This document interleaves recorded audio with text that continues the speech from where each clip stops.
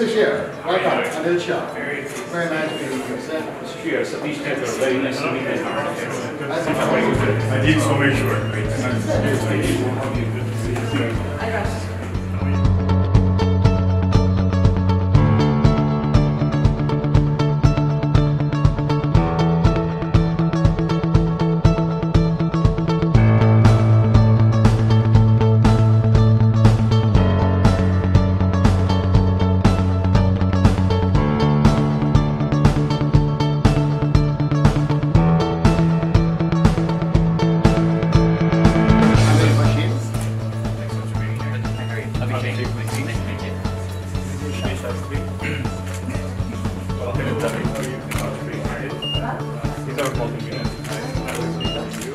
Hi, nice to see you. I already met you at the height of the safety. And how are you? How was your trip to India? Fantastic. Oh, glad to hear. It was hectic. We can't wait to hear all about it. Rupesh Kapadia, nice to meet you. Welcome to Scheer. Please meet you. Siddharth, nice to meet you. Thanks for being here. Can I introduce you? Sorry. Great to meet you back. You know, Bob. Hello. So nice seeing you. Longest serving Dean. The Dean.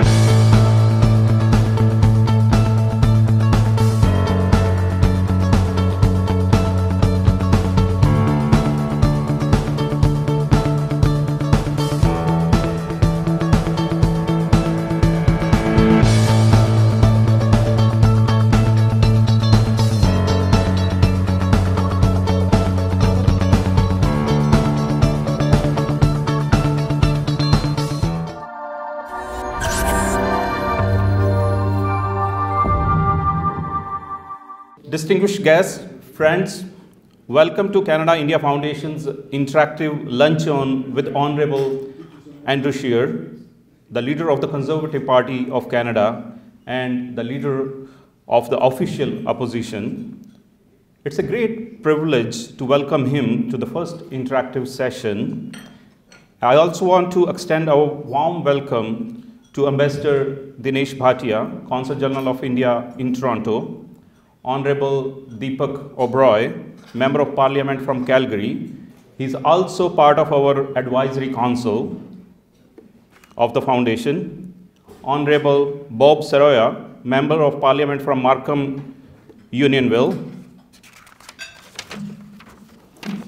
Former MPP Amrit Mangat. I hope I'm not missing anyone. If I am, please accept our warmest welcome and greetings on behalf of the Foundation.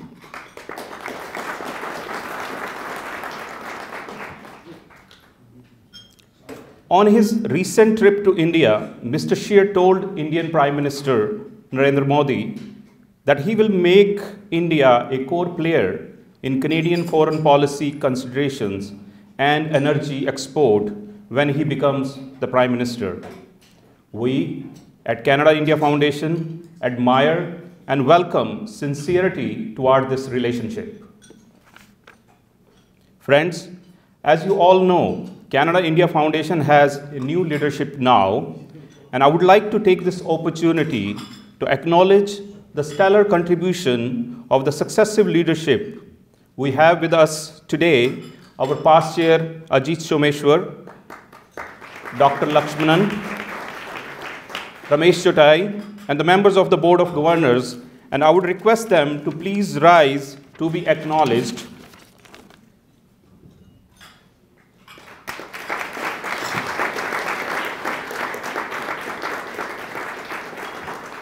They are the lifeblood of this organization, and with their passion and commitment to the cause, CIF has been continuously building upon the successes of the past. An institution that has been around for a decade has already proven its worth. Canada-India Foundation has contributed tangibly to the rapidly improving bilateral relation between Canada and India. The focus of the new leadership is to make CIF an effective public policy advocacy platform to raise awareness about all issues pertaining to Canadian of Indian origin. Our focus includes a comprehensive engagement with not only our members, but also our growing community, including women, youth, and seniors. The new team at CIF understands that there is a need for a calibrated approach to achieve its mandate because the ground realities have transformed today. More than ever before, Indo-Canadians are making a mark in public sphere. CIF has consistently advocated for a better engagement of qualified Indo-Canadian into the Canadian mainstream. To this effect, CIF will renew its efforts to focus on youth engagement in the public policy arena. We are also planning focused programming on health and wellness that will aim at prevention along with cure by combining the science of modern medicine with alternative medicine. CIF will endeavor to influence public policy by advocating that the alternative approaches to the medicine, such as yoga and meditations, are incorporated into the mainstream. Such inclusion will benefit the masses and effectively manage the public expenditure on healthcare. On a bilateral relation front, CIF has advocated for the improvement in bilateral relations 360-degree. That is, politically, socially, economically, and culturally. CIF will continue its focus on sectors of significance in trade and commerce. It will continue taking lead in developing sectors and generate the thought leadership and knowledge through its forums. Over the last decades, CIF has organized discussion forums in sectors of significance for Canada-India economic relations. These forums have produced sectoral knowledge that is unparalleled and has reinforced CIF's reputation as a thought leader in Canada and India corridor. An important element of this new thrust and new direction is that we are also looking for long-term partners who would like to align with us in meeting common objectives. The coming months promise excitement and action, so stay tuned for scintillating events that will enrich you and enlighten you. Thank you.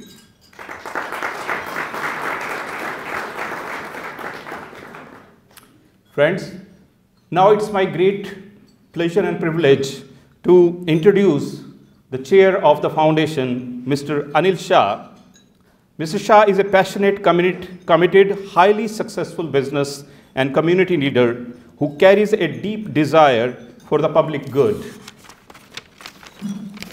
And he has led many initiatives in philanthropy, and his contribution to Canada-India Foundation is a testament to that commitment. Please help me in welcoming Mr. Anil Shah.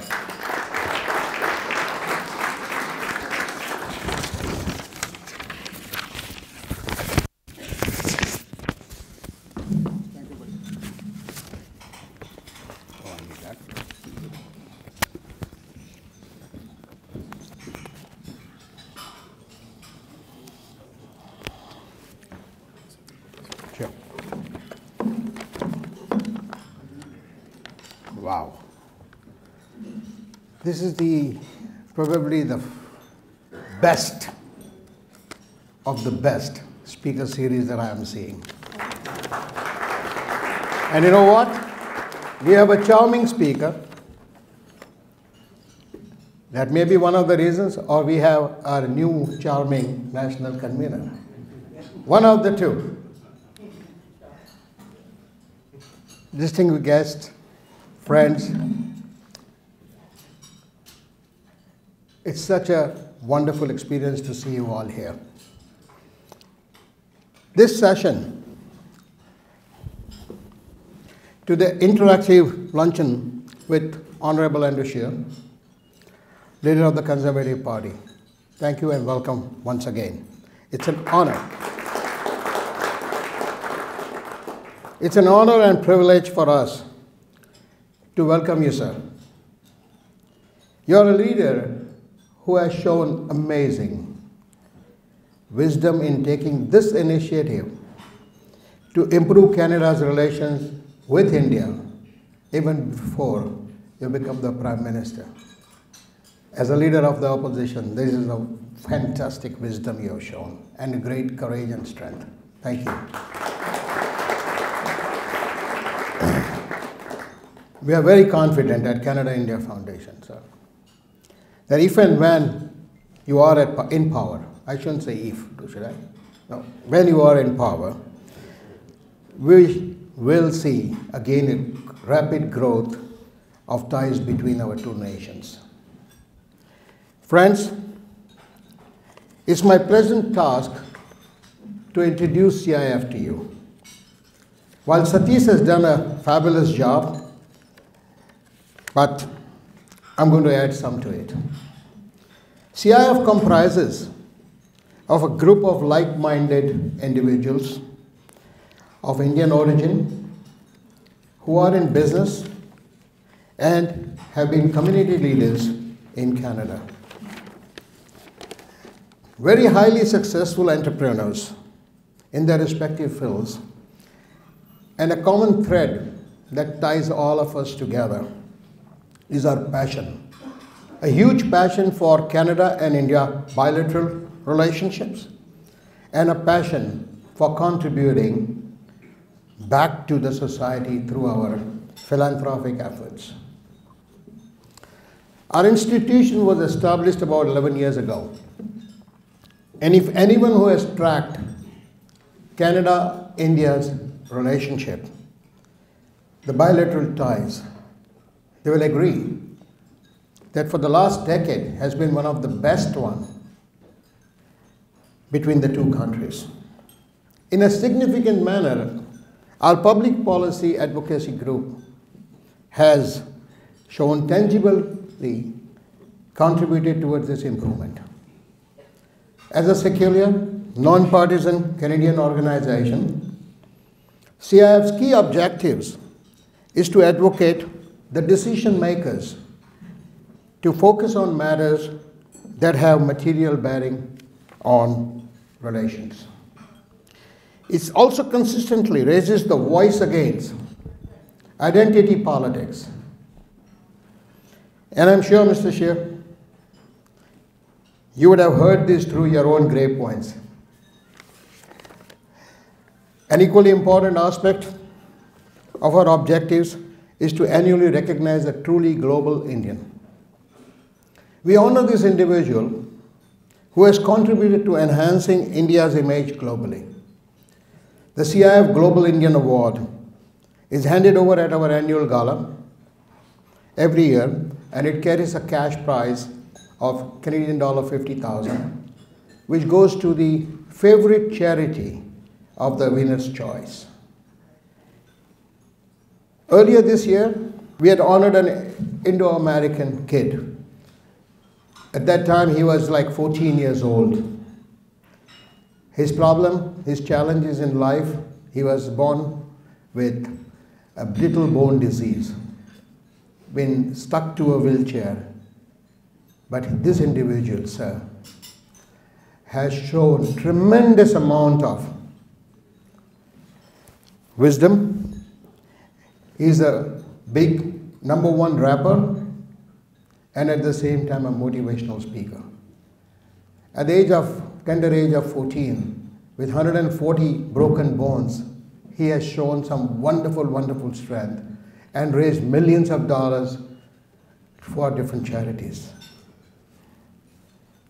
In the past, we have honored big business people, people with big money, the titans of Indian industry, Mr. Ratan Tata, Dr. Subhash Chandra, Dr. Narayan Murthy, and a few more. The media mogul was Dr. Subhash Chandra, Mr. Sam Pitroda, and a few others. Previous year we had Baba Ramdev, the yoga guru, Satish's mentor. And of course, how can I forget him? The then Prime Minister, Mr. Stephen Harper, was once the chief guest and a keynote speaker for our first award gala in 2008, at which time we had honored Mr. Sam Pitroda, the person who revolutionized India's telecommunication business. On behalf of CIF, sir, and without asking all my CIF members, may I please invite you for our next year's gala as a keynote speaker. The date and time we shall fix, but we would love to see you there, sir. CIF is very proud that as part of our mandate, we have had a series of successful theme-based forums. And through these forums and discussions that are of significance to Canada and India, we bring together industries, institutions, and government, bonding together to fulfill our mission statement, democracies working together. We invite experts to provide new direction that the two countries need to take to enhance the economic cooperation. In the past, we have had energy forums, we have had an agriculture forum, we have had infrastructure forum, metals and mining forum, and 2 health forums, one in India, one in Canada. Earlier this year, in July, we had a higher education forum. Just in case if you're not aware, I'm sure you all must be, but we have 125,000 students, Indian students, coming to Canada every year, and in the last 2 years. That itself warranted us to have this higher education forum, and to follow it through as a sequel, we are having the same higher education forum in India in January 2019.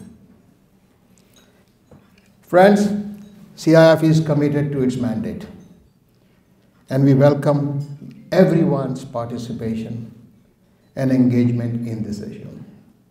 So let me just say thank you, Honorable Andrew Scheer, for coming to Toronto, taking your time out for this beautiful luncheon. We are confident that we will be working together and seeing each other a lot more. Thank you very much.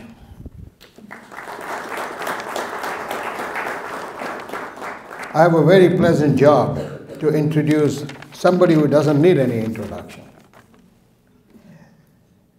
However, our ambassador Dinesh Bhatia, the Consul General of India, is one individual. You know, every time you have known everything about him, and yet there's always something new that comes out from him. He has shown some immense leadership when he moved here. He's committed to Canada-India bilateral ties and to engage the growing Indo-Canadian community. It was his proactive leadership that has led to the unprecedented scale of celebrations of India's Independence Day. He has also been instrumental in taking the India Day celebration to altogether different scales and dimensions. We have had the privilege of working with you, sir, and keep on doing the great job. May I please welcome Mr. Bhatia.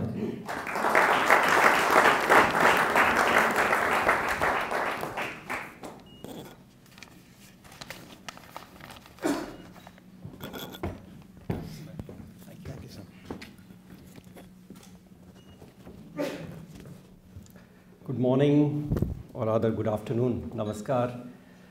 Assalamu alaikum. Sat Shri Akal. Let me first acknowledge presence of Honorable Leader of Opposition, Mr. Andrew Scheer, Mr. Bob Soroya, Mr. Deepak Obroy, MPP. If there are any more MPs in the hall, I'm not able to recognize, please pardon me. And former Senator Asha Seth is here, of course. It's been a wonderful morning, wonderful afternoon to be present here with friends, and friends. I think, if I'm not mistaken, I know 90% of this gathering by name. And I've met almost 100% of the people earlier on more than one occasion.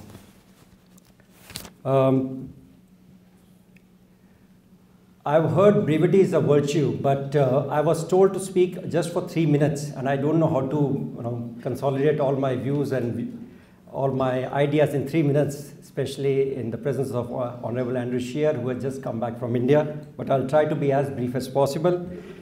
Let me begin by complimenting the new team of CIF, led by Mr. Anil Shah, Mr. Satish Thakkar, and Mr. Pankaj Dave, and also compliment the earlier leaderships of CIF for having given continuity to this organization for the last 11 years, as Mr. Shah mentioned.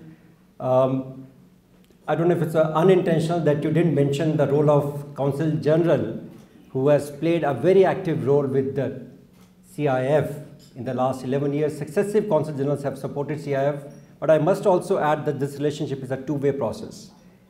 If we have supported CIF, CIF has always gone out of the way to support the Consulate General of India, irrespective of the Consul General, whosoever is in the position.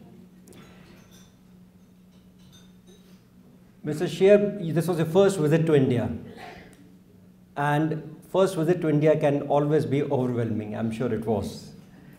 I recall one interaction way back in 2002. I used to be in Department of Atomic Energy, Mumbai. And I went to Vienna for the first time to attend a general conference of IAEA, International Atomic Energy Agency.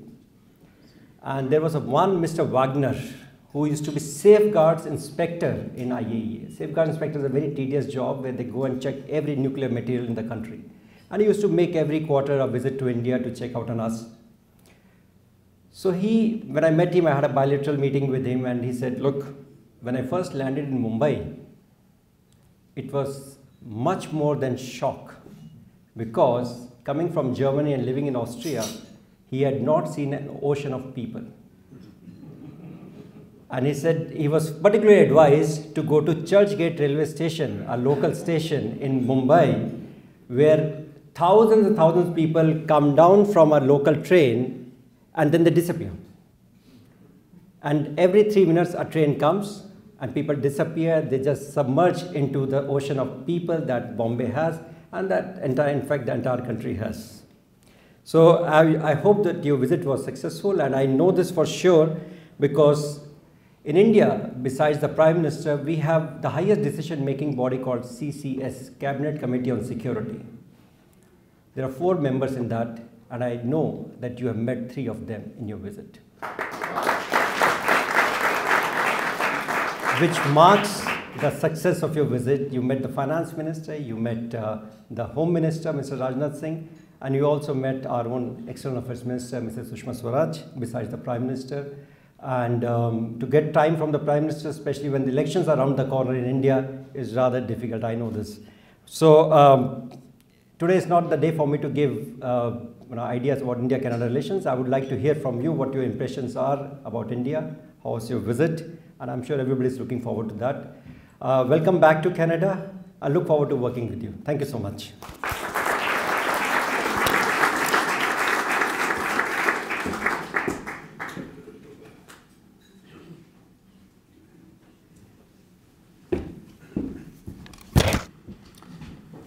Thank you, Mr. Bhatia, for your kind remarks and also for your contribution for the last 2.5 years to Canada and as well as to Toronto. He himself is a moving energy. Look at it, all the initiative he has taken. Thank you for your leadership and your passion for the community.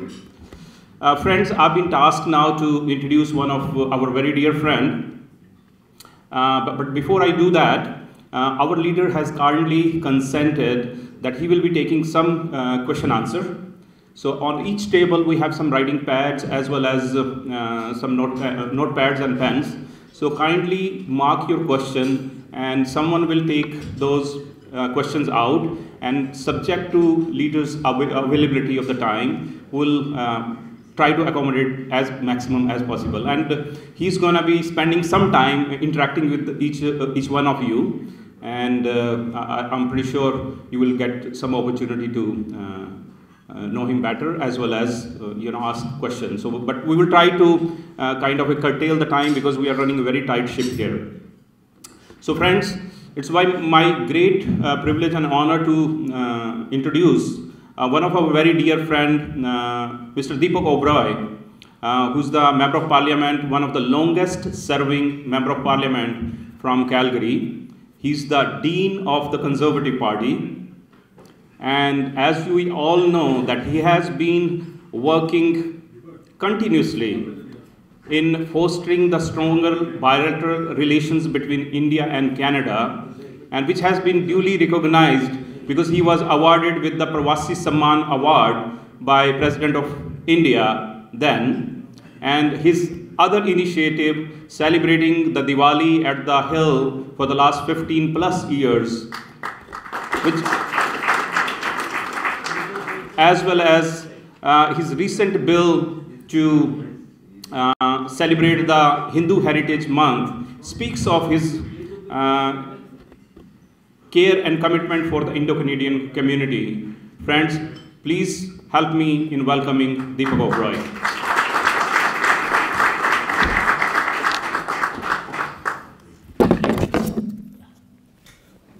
Satish, thank you. Thank you very much. Good afternoon, friends.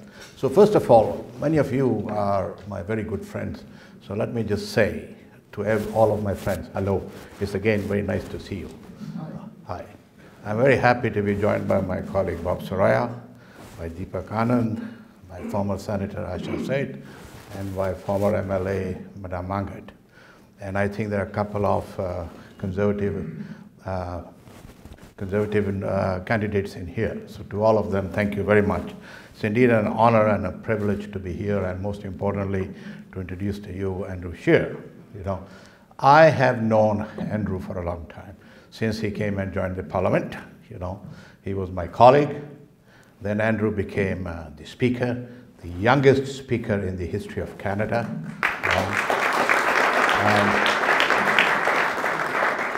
And only yesterday we had a portrait that will hang in the corridors of Parliament for, shall we say, eternity? And so knowing him, and then I shared the platform with him on the leadership race. And I recall one incident where this was a debate in Toronto, and where I said, look, I'm a captain of a ship. The ship is a big blue tent called D-Package.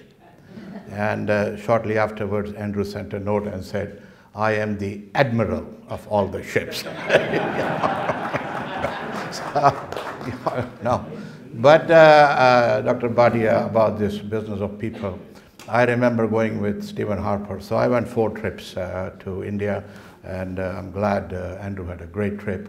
I remember one thing: when I arrived in India with Harper, I said, Prime Minister, put your window down. He did. And I said, look out. He did. And I said, I am the majority, you are the minority. Just a little joke. But folks, it's a great honor and a privilege for me. You all know Andrew very well. And it is a pleasure to let me introduce and ask Andrew to come on and say a few words about his trip to India. And ladies and gentlemen, the leader of the official opposition, and as the poll said yesterday, paid by Maxime Bernier, that Andrew Scheer is going to become the next Prime Minister of Canada. Ladies and gentlemen,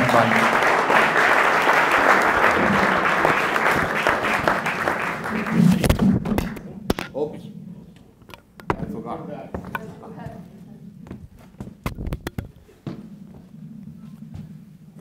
There we are. How's that? Now, where's mine? This is not my speech, but I'll I'll go off the cuff a little bit. First of all, thank you so much for joining with me today. Thanks so much for inviting me. This is a fantastic opportunity for me. When we were talking about the trip, I said it's one thing to go to India, but it's another thing to come back from India with a plan and with a vision. And so when my team said, you know, we have this opportunity to come to the CIF, I said, that's perfect, that's wonderful, that's exactly the type of thing we need to do so that we can start implementing some of the things that we learned from my trip. So I think there we are. Thank you very much, Stuart.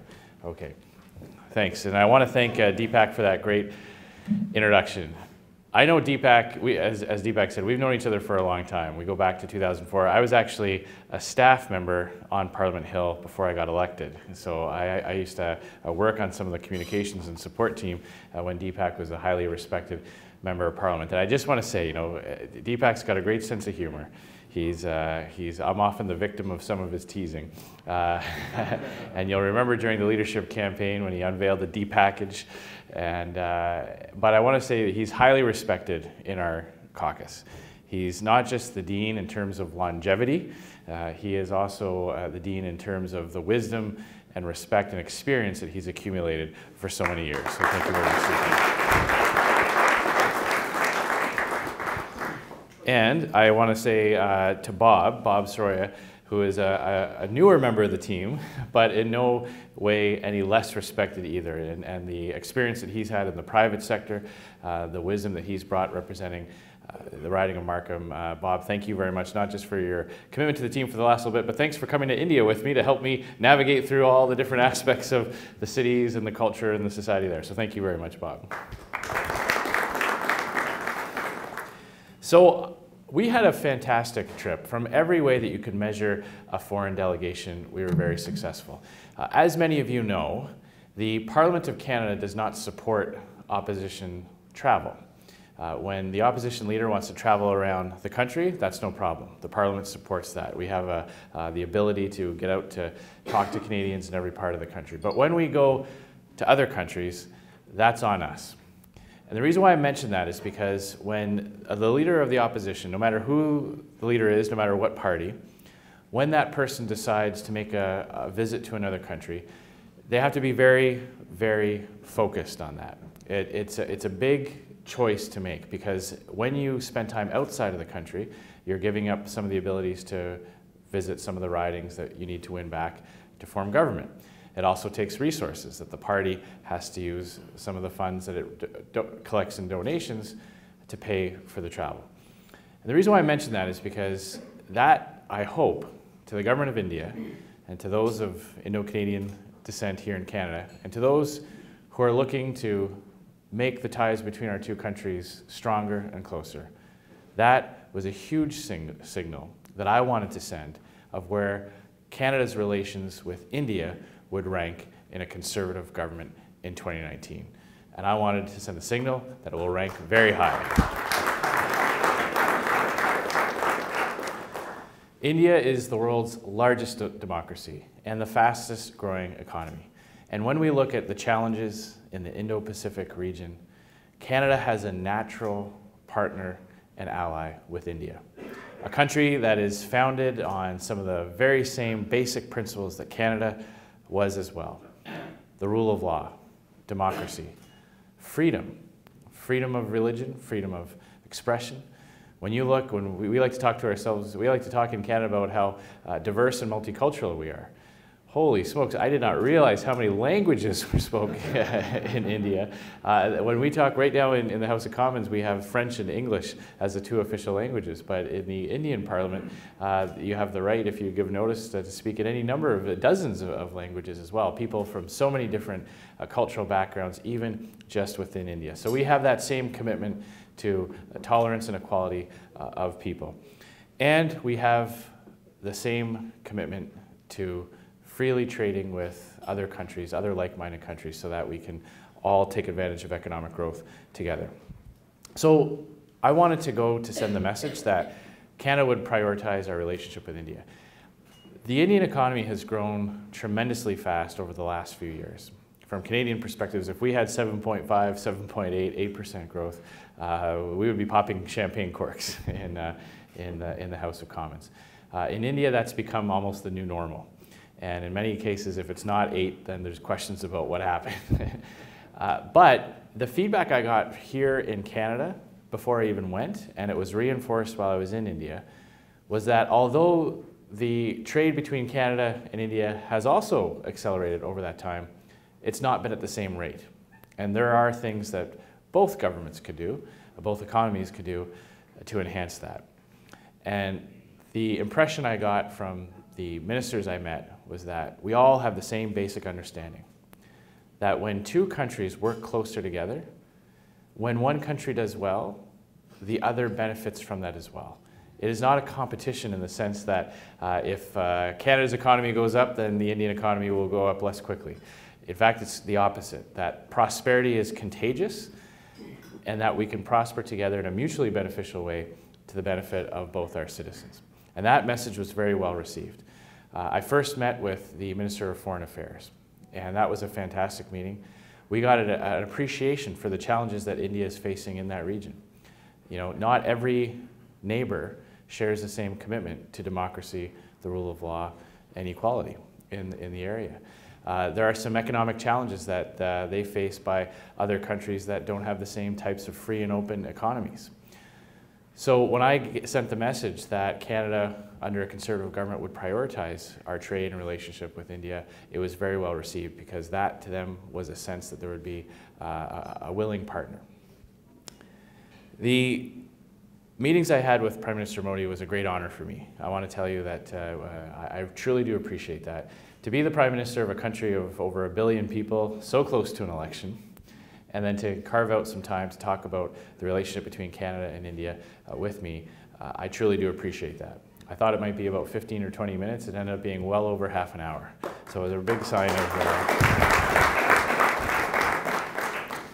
We had a great discussion on a wide range of issues, talking about some of the reforms he's instituted to make sure that everyone in India can benefit from the incredible rate of economic growth.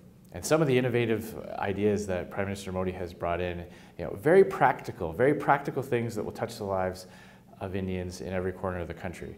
Things like ensuring that more and more people, something as simple as having bank accounts, the ability to have a bank account to build up a credit history, to have access to online tools, those types of basic building blocks that we maybe all take for granted in North America is something that is being instituted and something that is already paying dividends.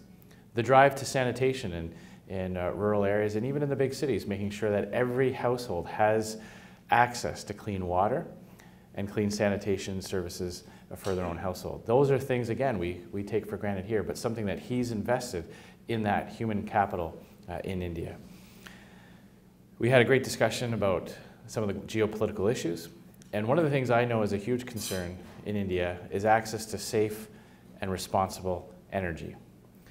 And that's why I sent the signal that a Conservative government in 2019 would fix the regulatory mess that the Liberals have left us and finally get a pipeline built to Western Canadian deep water ports so that we can supply India with the energy that it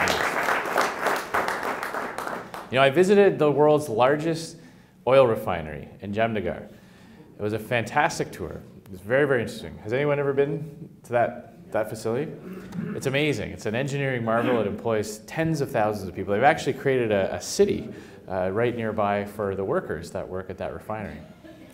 We could be selling much more of our raw materials to that refinery. Right now, they purchase just a very small amount from us when it makes sense. But here's the thing that was very frustrating for me. That refinery sells some of the refined product back to Canada in Atlantic and Eastern markets. So we will ship crude across the ocean in a tanker, have it refined, and then ship it back to Ontario, Quebec, and Atlantic Canada because we don't have the ability to bring Western Canadian energy to Eastern Canadian markets. And that is why a Conservative government will invite the proponents of Energy East back to the table so we can get Western energy to Eastern Canadian markets. And we'll be happy to sell our raw material to that refinery, but I do believe that in Canada we should be self-sufficient on energy, and we can build the types of infrastructure that can bring our country closer together. So those are some of the things that I took away from that meeting, that we could have a tremendous opportunity to be that safe and secure partner for India when it comes to energy, and that we can, it highlighted the need domestically for us to fix the regulatory mess for pipelines and energy here at home. I also learned that, and I'll close on this, I also learned that Canada's government could do more to create the brand awareness within India. That Indians have a positive impression of Canada. When you talk to people in business, they say, hey, look, when we talk about Canada, people like it. People have fond feelings. We have strong affinities to Canada. And there's a natural inclination to want to do business or want to invest. But that we have to go beyond that we can't take that for granted. And we really do need a government to be in the faces of the chambers of commerce, to be engaged far more in all the different sectors and all the different regions, to sell Canada as a place to invest and create jobs and opportunities. And we have to have that competitive environment to do that. A lot of people talk about competitiveness, and we have to make sure that Canadians understand what that means. It's not just some abstract thought. It's a word that means that Canada has to be the type of place that people want to invest in. And we're not just doing that in isolation. We've got other countries around the world that are fighting for that investment for people around the world. And when companies are looking for, to expand a factory or to add a second shift at on a line, they can do that in Europe, in South America, in the United States. If we want them to do it in Canada, we have to make sure that there's an advantage to doing that. And that's something that a Conservative government would absolutely prioritize as well. So we closed off our trip. We went to Delhi. We went to Punjab. We visited 2 locations there. Then we went to Bangalore to tour the Canadian investment in the Bangalore airport and learn more about the exciting high-tech industry in India. And then, of course, we went to Mumbai, where we had a wonderful visit.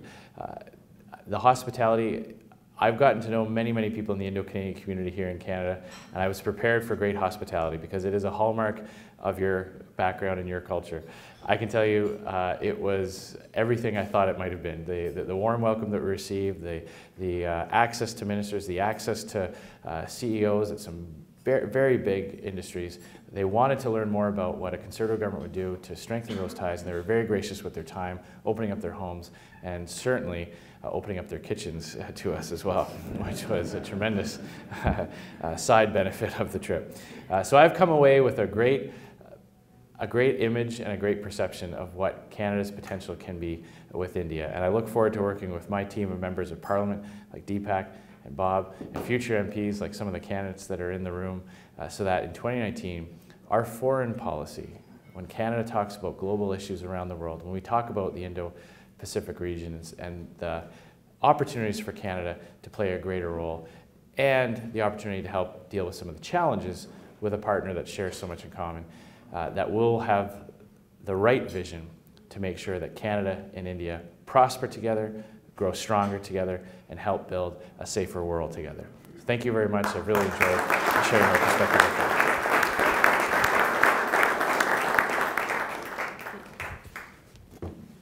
Thank you, Mr. Scheer. Thank you. For such an insightful remarks. I think we were very, very delighted and happy that your trip was so memorable in India. You brought back so many good memories, and very happy to hear one of your comments that which you heard from Prime Minister, that when Canada prospers, India prospers. India prospers, Canada prospers together. So the idea of India stems from the fact that we all believe in, universal as one family. This whole world is one family, and we should all grow together. And this is one of the oldest civilization on earth. That's what we believe in, and I'm very happy that you kind of enjoyed your trip and looking for more engagement with India. Canada-India Foundation has always been supportive of more stronger bilateral relations, and looking forward to working very closely with yourself and your team, that how we can deepen more engagement with India. And friends, we're going to have some question answer because Mr. Scheer has some pressing time commitments. So based upon the time, I think we should entertain some of the questions, Sure. or would you like to have more networking and kind of a... Well, if people have written, maybe we can do a couple. I know I'm between you and lunch, so we don't have to have too many, but maybe we could do a couple and then we can... So there's one question here. Let me...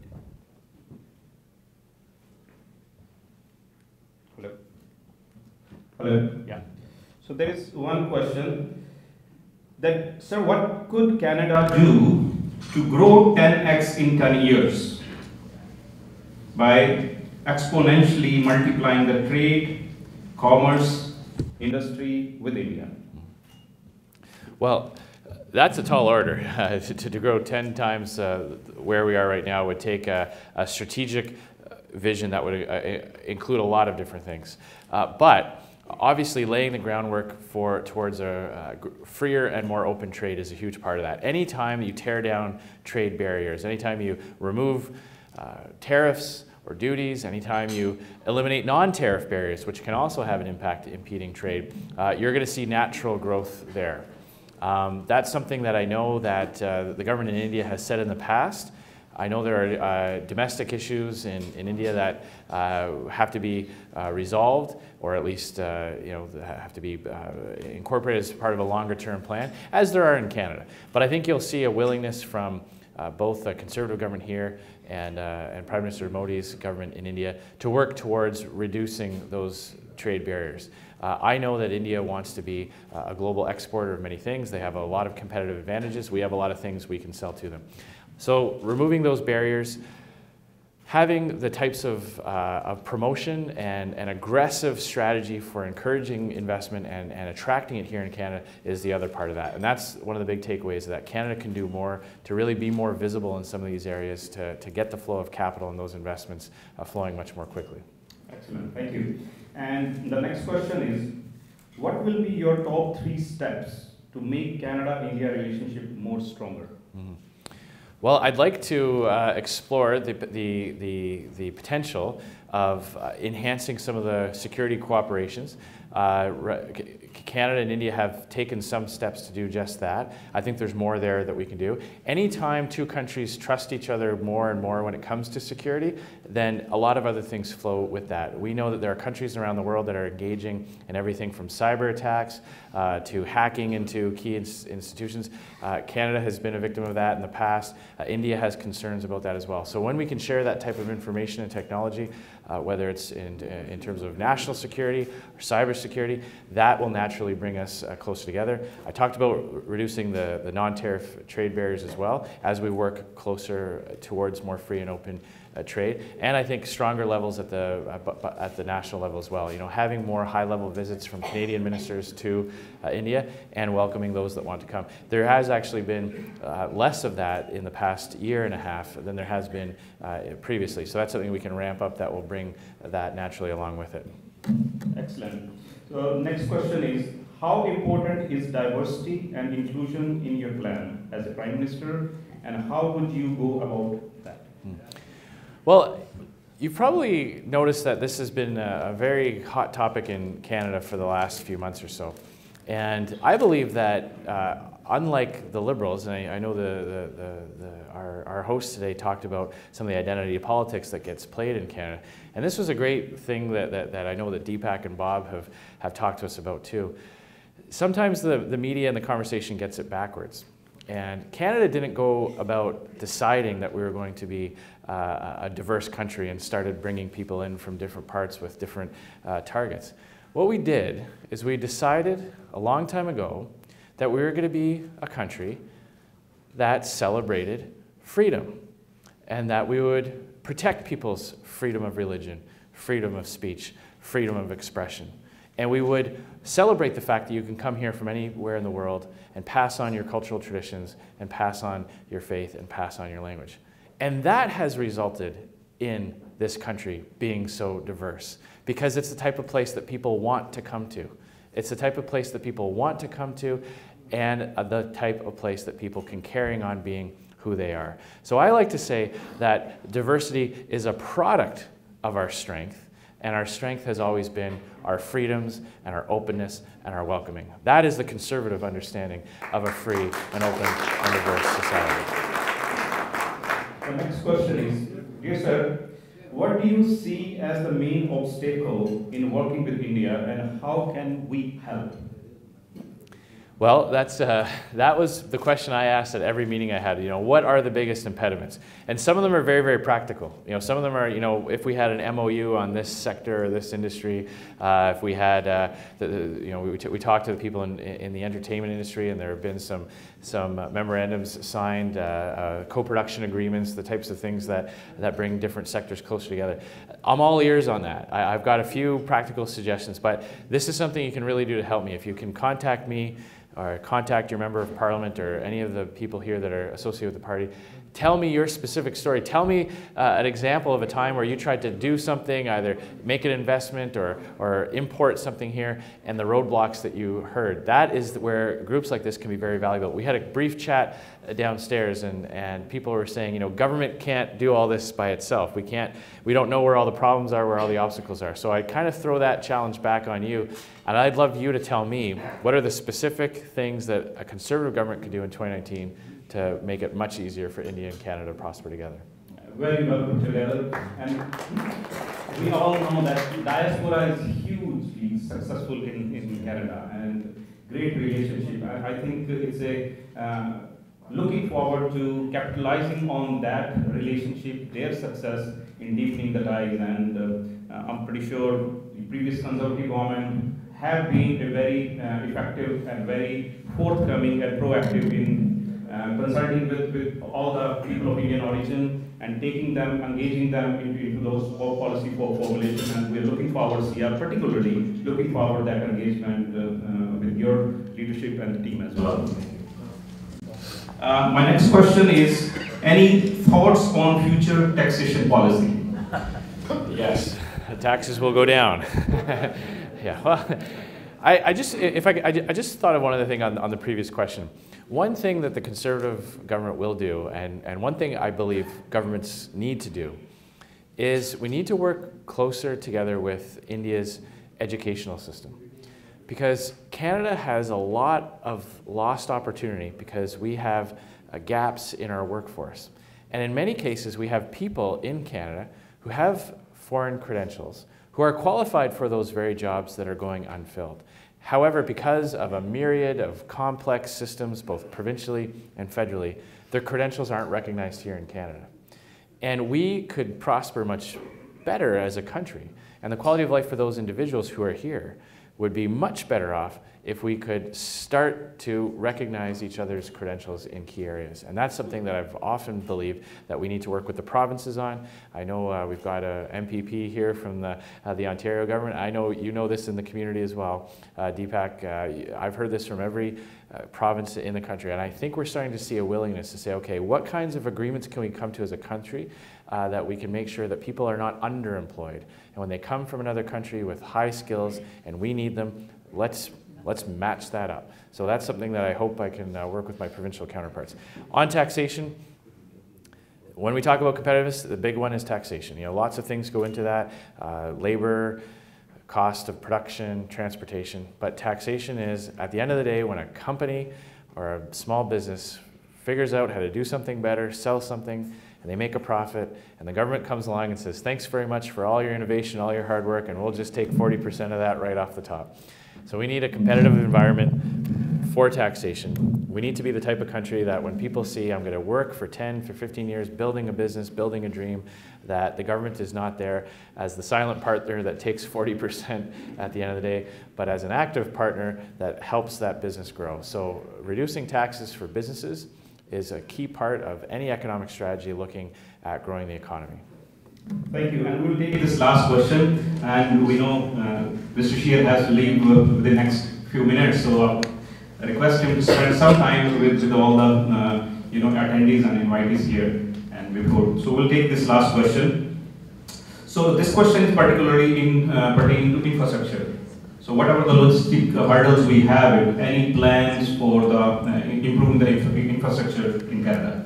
Yes, well, a recent parliamentary budget officer report showed that the money that Trudeau promised to get out to build infrastructure hasn't actually flown. It hasn't gone to specific projects. In many cases, it's just gone into general revenues for municipalities, and it hasn't actually got the shovels in the ground as the previous Conservative government did. And I know we've got people here who work with Minister Flaherty during the last recession, and one of the genius things that came about on that was the response to the recession with the stimulus fund being tied to real tangible projects. It wasn't just get money out the door to see what happens. It was that was another great example. I know I'll give you an example in my riding of Saskatchewan. We had a major project. It was called it was a transportation corridor. It linked rail and air cargo to a major highway, and now we've seen businesses come to that to invest and warehouse and do distribution for the ports in Vancouver, 1,000 kilometers away. So those are the types of investment that when you have infrastructure projects that can be built and actually produce results, not just throwing money at things and hoping that it will come. The other thing I want to do is I want to start to challenge some of the municipalities to achieve targets when it comes to infrastructure. We hear from cities all the time about the deficits that they have for infrastructure, the challenges for water, for roads. And I would like to throw it back on them a little bit as well and say, okay, if the federal government's going to partner with the provinces and give billions of dollars to municipalities, we want to see some accountability, we want to see some transparency, and we want to see it linked to certain targets, like development. I know in some parts of the country, you've got cities that it can take 10 years for new housing units to come on the market because of red tape at the municipal level. And that has a huge effect on high prices for housing. When we talk about young people not being able to afford a home, in many cases it's because the lack of supply. We talk about demand a lot. We talk about helping people save and mortgage rates, and that's important. But all of that in the world won't solve the problem if we don't have an answer on the supply side as well. So linking federal infrastructure dollars to opening up areas for development, for improving development times, that has to be a part of a comprehensive plan to make life more affordable and more livable in big cities like Toronto. I couldn't agree more that infrastructure one of the red tapes, because I'm witness to that in the development business, and projects taking three years, four years to get approvals, right? And cost of construction goes high, other overheads, other cost goes high by the time, and you have seen recently, some of the developers and builders pulling out because the pricing which they offered in the past, and if their project did not get approved for 3 years or 4 years, by the time prices have gone up and they could not keep up with them. And that would be one of the key areas to focus on, that how we can minimize that red tape on that front. Because construction is one of the key or main drivers for Canadian economy. Yes, absolutely. Yeah. Thank you so much, Mr. Scheer, for your kind presence and very insightful remarks as well as Q&A session. I'm pretty sure that everybody must have enjoyed it. Sorry we could not entertain all the questions, but yes, we are hungry. No, it was food for heart, and now we need food for belly. So, what about the leaves? What about the leaves? Okay, so yeah, I have to confess something. I was a Leafs fan growing up. I grew up in Ottawa. My mom's from Mississauga, and I was a Leafs fan. And then Ottawa got a team, and so I became an Ottawa Senators fan. But I will say, if you've got a spot on the Maple Leafs bandwagon, I will jump on this year, because I think they're going to be very exciting. And anytime we can see a Canadian team win the cup, I'm happy to cheer on the Leafs this year as well. Great. So thank you so much. Mr. Andrew Scheer will be here for the next few minutes. Our buffet will be ready. Before we do that, quickly I would like to invite Pankaj Dave, who is the co-convener, to say a quick vote of thanks.